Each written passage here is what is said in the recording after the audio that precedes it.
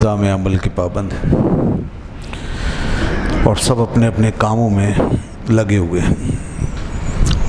قدرت نے ان کے سپرد جو کام کر دیا وہ اس کام کو کیے جا رہے ہیں، جو ذمہ داری ان کے اوپر ڈال دی ہے وہ اس کو پورا کر رہے ہیں، اور یہی ان کی عبادت ہے، یہ ان کی بندگی ہے، اور یہ ان کی نماز ہے، اور یہ ان کا سجدہ ہے، اور یہ ان کی تسبیح ہے۔ یہ سب عنوان قرآن نے دیے ہیں۔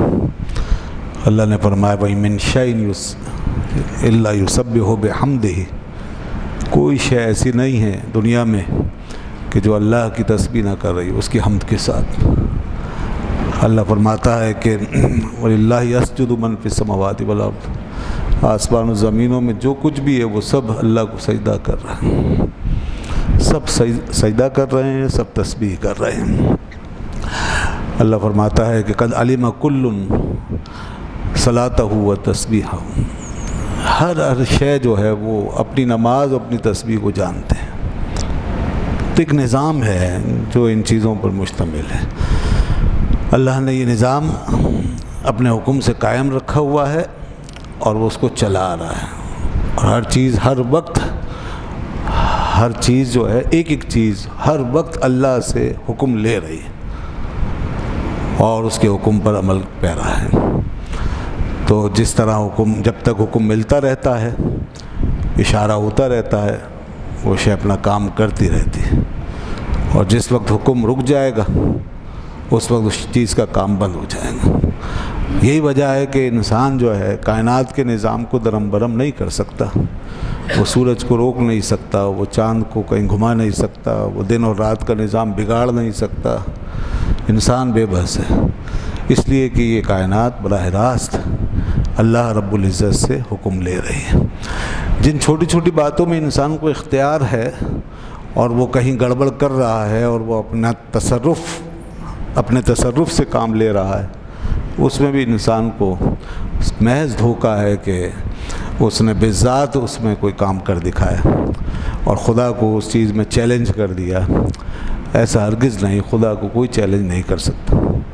خدا نے اس دائرے کے اندر جتنا چاہا انسان کا تصرف جاری ہونے دیا، جتنا چاہا انسان کا اثر ہونے دیا، اور جہاں جہاں اس نے انسان کو بے اثر کر دیا وہ انسان بے اثر ہے۔ انسان اپنے وجود کے معاملات میں بھی بہت کچھ بے اثر ہو جاتا ہے، اپنے ذات کے معاملے میں بھی بہت دفعہ بے اثر ہو جاتا ہے اور اس کو کوئی اختیار نہیں ہوتا ہے۔ تو یہ معاملہ ہے۔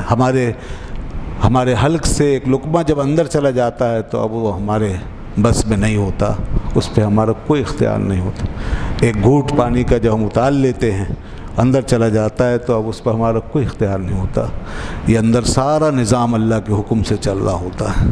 ہم تو اپنے اندر گئے ہوئے لقمے کا بھی کچھ نہیں کر سکتے کہ اسے کہیں واپس آ جا، یا ادھر چلا جا یا ادھر چلا جا، یا ایسا کر لے یا ویسا کر لے۔ جیسے اس نے بنا دیا ہے اسی طریقے سے وہ وہاں تک پہنچتا ہے۔ تو یہ ہے اللہ کی کائنات کہ اس میں ہر شے جو ہے وہ اپنے اپنے نظام عمل کی پابند ہے، مگر ایک انسان ہے کہ اس کو اللہ نے ایک دائرہ اختیار دیا اور اس میں اس کو ایک نظام عمل کا پابند کیا، تو وہاں انسان نے اپنی چلائی، اپنے اختیار کو غلط استعمال کیا، اس دائرہ اختیار کے اندر بیجا تصرف کیا، اللہ کے حکم کی نافرمانی کی، اور اس نے اپنی ذمہ داری کو ترک کیا۔ اس میں نافرمانیاں کر کر کے اس نے پورے دائرے کو گویا کہ خراب کر کے رکھ دیا۔ سارا اختیار اس نے اپنا گویا الٹا کر دیا۔ اختیار دیا تھا اللہ نے اس کو ذمہ داریوں کے لیے، اور اس نے سارا استعمال کر لیا منفی کاموں کے لیے۔ اختیار دیا تھا اللہ نے اس کو نیکی و طاعت کے لیے، اور سارا اختیار اس نے استعمال کر لیا برائیوں گناہوں کے لیے۔ اور یوں زمین کو اور اپنے آس پاس کے ماحول کو انسان نے نافرمانیوں سے، بے عملیوں سے، بدکاریوں سے، ظلم سے، زیادتیوں سے بھر دیا۔ یہ ہم دیکھ رہے ہیں انسان کا معاملہ۔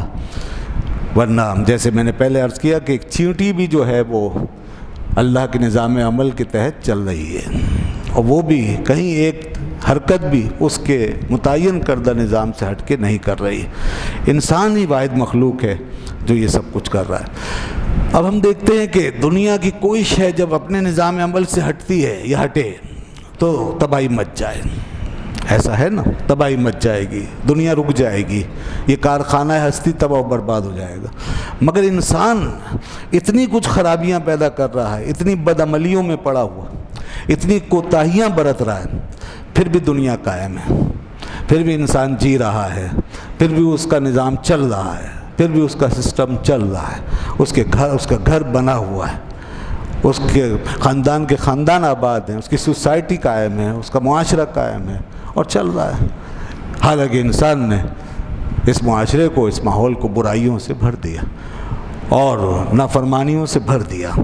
تو یہ سب کچھ کیوں؟ جب وہاں 1% بھی بے عملی نہیں چل سکتی خارجی نظام میں دنیا کی اور مخلوق کے لیے، تو انسان کے لیے 100% بے عملی چل رہی ہے اور کوئی تباہی نہیں، کوئی ایسی بربادی نہیں، اور گاڑی آگے بڑھتی چلی جا رہی ہے۔ اللہ تعالیٰ نے اس چیز کا یہ جو عقدہ ہے اس کو کھولا ہے اس آیت کے اندر جو سورہ شورى میں آئی۔ فرمایا یہ جو تم دیکھتے ہو تو دھوکے میں پڑنے کی ضرورت نہیں ہے کہ تم شاید میرے نظام سے بے نیاز، میرے اختیارات سے باہر ہو گئے، ایسا نہیں ہے۔ تمہارے ساتھ بھی وہی کچھ ہے، اور تمہاری برائیوں کا بھی، تمہاری نافرمانیوں کا بھی اثر ضرور مرتب ہوتا، تمہاری بے عملی ضرور رنگ دکھاتی اور تم ضرور تباہ ہوتے اور سب کچھ تباہ ہوتا، مگر اللہ نے فرمایا وَمَا أَصَابَكُم مِّن مُّصِيبَةٍ فَبِمَا كَسَبَتْ أَيْدِيكُمْ وَيَعْفُو عَن كَثِيرٍ۔